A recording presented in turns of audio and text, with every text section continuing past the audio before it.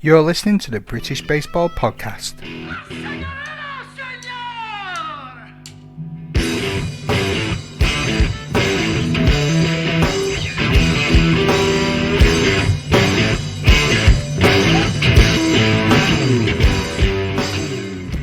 Hello, baseball family. Matthew here with Around the Bases, the British Baseball audio fanzine with the roundup of all the action all the weeks. Now, this one is coming out a little bit later than usual because we've had the under 23 Euros, which I'd like to bring you in full-ish. The final is being played at the moment, but we won't spoil anything so far, but let's get into the action. Not really much news this week because a lot of the news is the announcement of league winners. But we have the BSUK Player of the Week, and it's staying up in Scotland with Harry Sheehan of the Edinburgh Cannons. Well done, Harris. Top stuff there, lad. Speaking of Scotland, let's get into the roundup as we start off in Baseball Scotland. And here's the lovely John McKellar from Ball Caps and Bagpipes to give us a roundup of the series. Hi Matt, this is John from Ball Caps and Bagpipes here with your Scottish Baseball Roundup for Sunday, the 22nd of August. We'll start with the Edinburgh Diamond Devils. They defeated the Glasgow Galaxy 9-8 in walk-off fashion. They have clinched the 2021 Scottish National League title, so massive congratulations to the Devils. They've had a fantastic season, excellent offensively. In recent weeks in particular, they've been tremendous on defence and from a pitching standpoint, so well-deserved title for them, the first in quite a few years. Elsewhere, the Glasgow Comets destroyed the Aberdeen Oilers. It was a final score of 37-2. 37-2 the final score in that one. The Oilers travelling down with a fairly weakened squad, it has to be said, but still a tremendous offensive output by the Comets. And in the other game this past Sunday, the Edinburgh Cannons went to Tayport and they won 11-3. So that's the roundup for this week. This coming Sunday is the final week of the regular season. However, there will be a make-up week the following Sunday for postponed games, of which there are 2. Thanks, Matt. Back to you. Cheers, John. Thanks as always. Be sure to check out Ball Cats and Bagpipes wherever you get your podcast from. Like, share, and subscribe. Leave them a review because they do great work up there over the border. So let's have a look at the table then. As I said, Edinburgh Diamond Devils have won it with 9 wins, 1 loss. Second place is Edinburgh Cannons with 6-3. That means this Sunday is an all Edinburgh derby. So if you're in the region, you should check it out. It should be a great game. Glasgow Comets in third spot with 6-3. Granite City Oilers with 4-5, Glasgow Galaxy with 3-6, and Tayport Breakers with 0-10. So it's still all to play for this week as they have the mop up of the games that were missed. In the Development League, the Edinburgh Cannons defeat Tayport Breakers, the Glasgow Comets defeat Granite City Oilers, and Glasgow Galaxy beat the Diamond Devils. So the single A developments as the Glasgow Comets at top with 7-1 with 1 tie. The Diamond Devils from Edinburgh with 7 wins, 2 losses, 1 tied. Glasgow Galaxy at 5-4. Tayport Breakers in 4-6. Edinburgh Cannons 3-5. And Granite City Oilers are 0-4. So let's go on now to the BBF title. Let's have a look. The Northern Baseball League, the NBL. So this week is for the 22nd of August. The first game, we have the London Legends versus the Lancashire Legends. The first game was 7-0 to the London Legends down at Round Short Playing Fields in Croydon. And it was Jack McCarthy with a stellar performance with 14 strikeouts in 6 innings pitched, not allowing a run to put London into 4th place in the standings. And game 2 saw London coming out 3-2, with Ben Morris having 2 crucial RBIs in game 2 to help London win the game, despite a 7th inning comeback from the Lancashire side on a Josh Jones single. There was a postponement at Finsbury Park for the London Mets versus the Hearts Falcons, with the majority of the Met squad being over in Italy for the under-23s. So we'll move on to Essex Arrows at home in Townley Playing Fields to the London Capitals.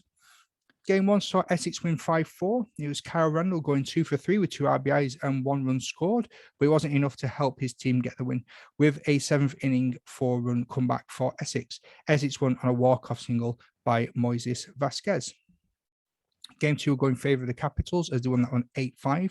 It went into extra innings with the regular innings ending with the game tied at 4-all in the 7th. A single from Grant Maddox started off the scoring in the top of the 8th for the Capitals, and Lewis Wampler also tripled to help the Capitals score 4 to win the game. Well done there, team. So let's have a look then at the current standings in the NBL. That's the screen is loading noise. So it's London Mets at the top with a 22-3 record. London Capitals in second place, 22 wins and 5 losses. Essex Harrows with 16 wins and 14 losses. London Legends in that crucial 4th spot with 10 wins and 19 losses. Lancashire Legends with 8 wins, 19 losses. And Hearts Falcons there with 1 win and 22 losses. So let's have a look then at the AAA. Couple of games to tell us about. We start off with a forfeit by the Kent Buccaneers in their game against the Essex Redbacks. So that's 2 7-0 victories for the Essex Redbacks AAA. So we'll go to the game that did take place in Finsbury Park in London, and that's the London Mammoths versus the Richmond Knights AAA. Game 1 was a 6-8 win for the Mammoths. Kumo Kumagachi struck out 10 for the Mammoths in the win, despite a great performance on the mound. Some Knights fared well at the plate, with shortstop Ethan Catfliss going 3 for 4 with 8 RBIs, but the Mammoths out-hit them with Osvaldo Badia Rivero hitting a home run and getting 3 RBIs in that game. Game 2 would also see another Mammoths victory. They won that one 12-2. Mammoths taking the Mercy Rule win in that second game with a big 6-run third inning with a kick, Raviv, only allowing 2 runs and struck out 6 for the Mammoth in their 5-inning win. To Somerdale Pavilion, as the Bristol Badgers hosted the Southwest Rebellions. Badgers taking game 1 4-0.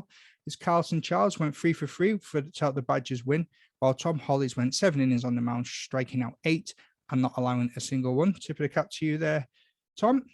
Game 2 also being a Badgers victory.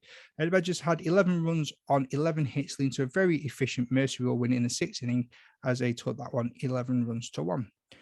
Heading down the road to Ferndown Leisure Centre in Ferndown as the Bournemouth Bears AAA side welcomed Vetra.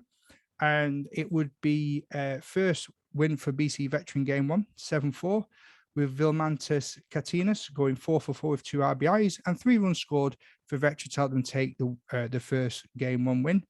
But the Bears would then clinch their division by winning game 2, 6-5. Bears leadoff hitter Ben Hyde went 4 for 5, including an RBI single to get the walk-off win. Jose Lopez also had a home run in the bottom of the 6th for the Bears. So congratulations to the Bears for taking the title. Let's have a look at the rest of the standings. East London Latin Boys in the AAA South Division are 13-6 and top spot. Essex Redbacks in second place with 14-7. The Essex Arrows AAA are 14-7 as well. 4th spot, London Marauders 13-7. London Mammoths in 5th spot with 13-8. Kent Buccaneers AAA are 2-16, and the Richmond Knights in bottom spot are 2-20. Southwest and Wales AAA is, as I said, the champions are the Bournemouth Bears AAA side. We have 13 wins and 5 losses from the season. Veteran second spot 14-8. Southwest Rebellions are 9-11, and Bristol Badgers are now 4-16. So we are going to move on now to the AA. So the other scores that I've got to tell you about here, remember, if you don't hear your side's scores, there was either a called off game or it just didn't take place. It starts off in Enfield Playing Fields in London as the Sidewinders took on the East London Latin Boys AA side. Sidewinders taking game 1, 6-2. And Manny Olede and Kosaku Matsu had 3 hits and 2 RBIs for Sidewinders to help them win that one. And game 2 would also be a Sidewinders victory. Very close game. Another comeback win in game 2. Sidewinders winning it 12-11. Went into the 7th. The Sidewinders were down by 3 and then came all the way back to walk it off by Tomo Takusi's single. Down to Floodfield in Ham as the Richmond Dragons AA took on the London Musketeers. Musketeers would take both games. Game 1 was 12-9. High Relief worked hard and went 4 for 5 with 3 RBIs, 3 stolen bases and 2 runs scored, and got the win off the mound for the Musketeers. Now, if there's ever a candidate for Player of the Week for BS UK, you should be getting these players nominated. And then we have game 2, Musketeers dominating 15-4. Tatsuya Sasaki went 4 for 5 with 4 RBIs on 2 doubles to help the Musketeers to a convincing win, and said that one there was 15-4. The standings there, the AA Central, Milton Keynes Bucks at the top, 21 wins, 1 loss. Cambridge Mounts are 16-8 in second spot. Third place belongs to the Oxford Kings, which are 13-10. Essex Archers double A at 12 and 12, Norwich Iceni at 11 and 13, and the Hearts Hawks at 0 and 29. The double A South East sees the Sidewinds at the top of the table, 26 and 2 record. Second spot belongs to Croydon Pirates, who are 21 and 8. London Musketeers are 17 and 11. Guildford Mavericks are 15 and 12. Fifth spot belongs to Richmond Dragons, who are 5 and 25. And East London Latin Boys double A are 2 and 28. And that brings us round to the single A. So let's have a look at the scores now for the single A in the British Baseball Federation. We had the London Minotaurs taking on the Hearts Londoners at Finsbury Park in London. The first game was an absolute run fest, with the Minotaurs walking off in the bottom of the fifth to win on a Sam Chen single. Also, a star performance from Minotaurs, Ben Ward, who went 2 for 3 with 5 RBIs. And it's Minotaurs won that one 14 runs to 13. Game 2 will go to the Londoners, though, and that was 12 runs to 9. This was a back-and-forth, hard-fought game, with Hearts taking lead in the top of the sixth, and the Minotaurs couldn't find a way to answer back in the bottom of the innings, so the Hearts side taking the W there. Over to Somerville Pavilion in Keesham, we have the Bristol Bats versus the Cardiff Merlins. Now, the Bats took both of these games, which ends the Cardiff Merlins undefeated streak, but the Merlins would clinch the division. Game 1 saw Tyrone Porter striking out 6 on a mound, whilst helping his team to win by going 2 for 3 with 3 stolen bases and scoring a run as well, as game 1 was 8 runs to 5 to the Bats. And game 2 was 11 runs to 1 in favour of the Bats as well. Paul Carter and Billy Garrett both had 4 RBIs each, with Garrett hitting a 2-run home run. And with that, the Cardiff Merlins win the 7th division. The Kent Mariners single A side took on the South Coast Sea Dogs at Claremont School in St. Leonards-on-Sea. And that would be Kent Mariners taking game 1 20 runs to 12, and also game 2 going to the Mariners 18 runs to 4. Kent Mariners single A took on the Tonbridge Bobcats, and to tell us a bit more about that is our guest regular. He's not a guest anymore. He's now an official member of the Roundup Show. It's Niall. Niall, take it away, son. Hey Matt, Niall from the Tonbridge Bobcats here for our results roundup finale for this year. Yesterday saw us make the short journey to Hadlow for a single A South East doubleheader against the Bucks. Unfortunately for us, we dropped both games, but there were still many positives to take from the day. Game 1 saw 15-year-old Reece Macaulay and Jake Spiller make their league debuts on the mound. And whilst playing against a team made up of predominantly AAA players, the guys gave it their all, never gave up even when things maybe weren't going their way, and still came off the diamond with a smile on their face. And for me, that's what's all that mattered. Game 2 was closer, but we just couldn't eke out the win. Some great fielding, including Steve Bevan at second base, making multiple outs with ease. Monty Cunliffe with a fantastic diving effort for a catch in the outfield. Even though he couldn't reach it, the effort he put in for it deserves a shout out. And finally, Luna LaCruz in right field. A very high fly ball came her way, and she stayed calm and made the catch, followed by a little celebration which had us all smiling. And so that's it. The Bobcats finish with 9 wins and 11 losses on the year. A year where we had approximately 11 rookies make their debut for the club, and multiple players who only had 1 year's experience come back for more. I couldn't be more proud of my team for how well they've done this year. We will now support our sister team, the Wildcats, in their hunt for the single A title. Let's go, Wildcats. That's all from me, Matt. We'll speak again next year. Cheers, Niall. Thank you very much for all your help and input this season. Really appreciate it. It means the world to me. Thank you so much. So let's have a look then at the standings. Single A Central, we have the London Mustangs at the top with 20 wins, 2 losses. Essex Direct single A are 21 and 5.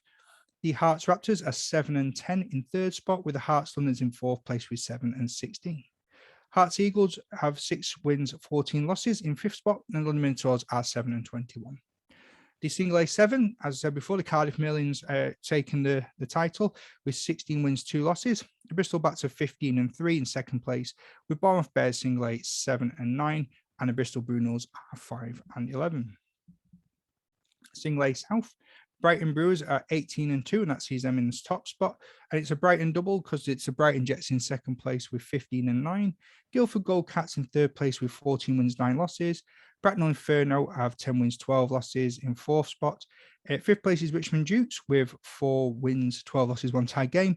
And the Guildford Millers at the bottom there with 3 wins, 20 losses, and 1 tie game. The Single A South East sees the Tonbridge Wildcats with a 15-6 record with 1 tied game. Kent Mariners are in second spot with 12 wins, 7 losses, and 1 tied. Kent Buccaneers are in third spot with 9-9. Tonbridge Bobcats are 9-11. South Coast Sea Dogs are 2-14, and the Pirates are look like they're nil and void at this point with their 0-2, which is a shame. Single A West Hixie, Taunton Muskets at the top with 6 wins, 6 losses. Western Jets are in second place with 6-8. Cornish Clay Cutters are 5-7, and the Bristol Bucks are 2-16. We're going to skip straight on to the East of England Baseball League. So have a quick look at their cheeky spreadsheet. It's not that cheeky, it's lovely. We have the Cambridge Lancers at home to the Milton Keynes Bucks, and the Bucks will take both their games. Game 1 was 8-5 to the Bucks and 18 runs to 7 in game 2. The Norwich Warriors faced the Bay Area Blues at the Blues, and it was 18 runs to 21 win for the Norwich Warriors, and it would be the Bay Area Blues taking game 2 15 runs to 9. Northland Centurions welcomed the Cambridge Royals, and it was a 3 runs to 6 victory for the Royals in game 1, and Royals will take game 2 in a really close score fest of 14 runs and 12. Having a quick look then at their standings, we still have the Brentwood Stags at the top with 16 wins and 4 losses. The Milton Keynes Bucks in second place with 17-5. Essex Redbacks are 13-9. Northland Centurions are 14-10. Cambridge Lancers are 12-10, with Cambridge Royals just below them with 8-16. Norwich Warriors are 5-17, and Bay Area Blues with that final victory there with 1-15. And I bet they celebrated that like they won the World Series, and who would blame them? And that final game over in the West Country Baseball League was won by the Plymouth Mariners. Unfortunately, I've not been able to find the score. I just know the Plymouth Mariners are now the WBL 2021 champions. So congratulations to Plymouth. And right then, let's get on now to that all-important big game that we had. He says as he scrolls across in his spreadsheet, the European Championships in Italy. These are teams of Great Britain, France, Ukraine, Germany, Netherlands, Belgium, Italy, and Czech Republic. So there are absolutely no slouches in this division. Quick drink of water. There we go. We are ready to go. So game 1, we'll see Great Britain taking on France at San Martino Junior Baseball and Softball in Buon Albergo, Verona. Funnily enough, I used to take Italian lessons in like 2001, so you can see that 20 years later, I still struggle. So GB took the opening game to start the series. It was a nice morning one, and that was 3 runs to 0. First game of the tournament, GB opened the scoring in the first inning with Ollie Thompson scoring on a pass ball. Ben Lead then with a dinger in his debut in the 4th on his GB debut to make it 2-0. And then Kennard Dawson single to right field in the top of the 6th inning brought home Matteo Solesio to make it 3-0. Fellow debutant Ian Isdale was on the mound and he picked 5.2 innings, allowing only 3 hits to start off on a very positive note. Other scores in that first day were Ukraine and Germany, and it was a German victory 10-0. The Netherlands, very dangerous side, they beat the Belgian side 17 runs to 3, and then the Italians beat the Czech Republic 4 runs to 1. So on to the next day, the 25th. These were all played in consecutive days, no days off. We had Belgium Ukraine opening the day's events, and that was 6 runs to 3 in favor of Belgium. The Czech Republic faced Great Britain in against San Martino, and this was a fantastic game. Really enjoyed watching this. It was edge of the seat stuff. Ollie Thompson opened the GB scoring in the first with stolen base. Then the second, Rory Chandler hit a single up the middle to bring home Ivan Quackenbush. The Czechs leveled in the third with 2 runs of their own, and then both teams scored in the 5th inning. Kenneth Dawson scoring off a Miggy Rodriguez triple to right center field. Both teams then scoring in the final inning. Miguel Rodriguez coming home off an error meant the contest needed extra innings. The Czechs scored in the top of the 8th, but then GB clinched it when Bren Laird scored from Kenneth Dawson's double down the right field line, and Michael Flaherty scoring on a wild pitch to ensure the W for GB. What a fantastic game. It was breathtaking. If you saw it, you'll know what I'm talking about. The Germans took on the Dutch, and that was 10-1 to the Netherlands there. So on the 26th of August, we had the Netherlands versus Ukraine to open it, and that only took 6 innings for the Dutch to beat Ukraine 10-0. Germany beat Belgium 10-2. The French took on the Czech Republic, and that was 7-5 in favor of the Czech. And then for GB, they faced the Italians in Campo Gavagni in Verona. This was over in 5 innings. Italy scored 6 of the first in the first inning to set a challenge to GB, who responded in the second inning with a run, but they stepped it up, scoring 2 more in the 5th, 3 more in the 4th to bring the game to an early finish as they took this one 11-1. So one thing I find really interesting when I read these scores and I see them on the internet and on paper, and some of these are called tied, and a game that ended 5 innings, it doesn't do it justice. When you watch the game live, it was such a hard-fought contest, and I don't want people that listen to this thinking, oh, they got beaten in 5 innings and it was such a run. It doesn't take away any of the effort or hard work that the players are putting in, and that goes. It's not just the under 23 scores I'm reading now; it just goes across the board, across baseball in this country, in Britain. That it's well, you get what I'm trying to say. So let's have a look then. On the 27th of August, France beat Belgium 12-5. GB faced the Netherlands, and that would be in San Martino as well. 110 people had the pleasure of a absolute storming first inning. GB drawing first blood, scoring 2 runs when Michael Flaherty punished the ball with a home run to deep left field, being home Matteo Soleto with him, but the Dutch then replied with 4 runs of their own. The Dutch extended their lead with 2 more runs in the second, and GB started their comeback in the third with Kenneth Dawson singling up the middle to allow Aidan Pearce and Ben Lead to score. The 4th inning saw the Dutch team score 6 runs without reply, and that would be it until the curtain closing in the 7th inning, and it would be a Netherlands victory, 12-4. Again, a very strong Dutch side, and I think that GB team, absolutely sterling performance, and every single one of them put in their role. You watched it again, you'll know what I'm talking about. The Czechs beat Ukraine 15-0 in 4 innings, and the Germans beat Italy 1-0. So that was the semi-finals. So the finals, which were played today, the 28th of August. So playing for 3rd spot and 4th spot, you had Italy versus GB. And this took place at San Martino Junior Baseball and Softball Field in Buon Albergo, Verona again. So at 2:00, Italy and GB. Italy would open the scoring with a stolen base in the 2nd inning before increasing their lead in the 3rd by adding 2 more runs. The 4th innings would equal 4 more runs for the Italians before Andrew Isdale scored in the 5th on a wild pitch for GB. The Italians would then finish the job in the 6th with their final run, and that would be 8-1 to Italy to take that bronze medal. Drew Spencer said after the game, when you come to the under-23 European Championships and the only teams that you lose to are the Italians and the Dutch, that's something to be proud of. That's an accomplishment. And he's 100% right. Very, very strong sides there, the Italians and the Dutch. If you know much about European baseball, which I don't claim to be an expert, but those, when you do your reading and you look back on the wins and losses in the tournaments, those names are always around there. The Germans, the Italians, and the Dutch.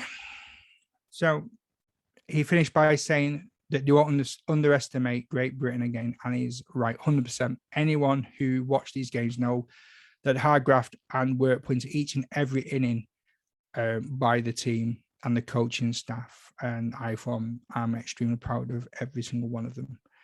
So I doff my cap to you. If I have my hat on, I was supposed to, because I've got it's that time of the month where the hair starts to look extremely weird. If you're watching this on YouTube, Or if you met me in person, you know what I mean there, like a badly chewed action man. And that's it. France beat the Ukraine 6-1. Czech Republic beat the Belgian side 12-1. And in that gold and silver final for who goes to the World Cup, that's actually happening right now as we speak between the Dutch and the Germans. And it was no run scored at time of recording, so I can't bring you any information there. But thank you again for listening in. There should be some more roundup shows next week. Thanks as always to John and to Niall for providing the extra information. And don't forget, keep your eyes in the skies for fly balls. And I'll see you all soon. Trade hard, stay safe. Ta-ra.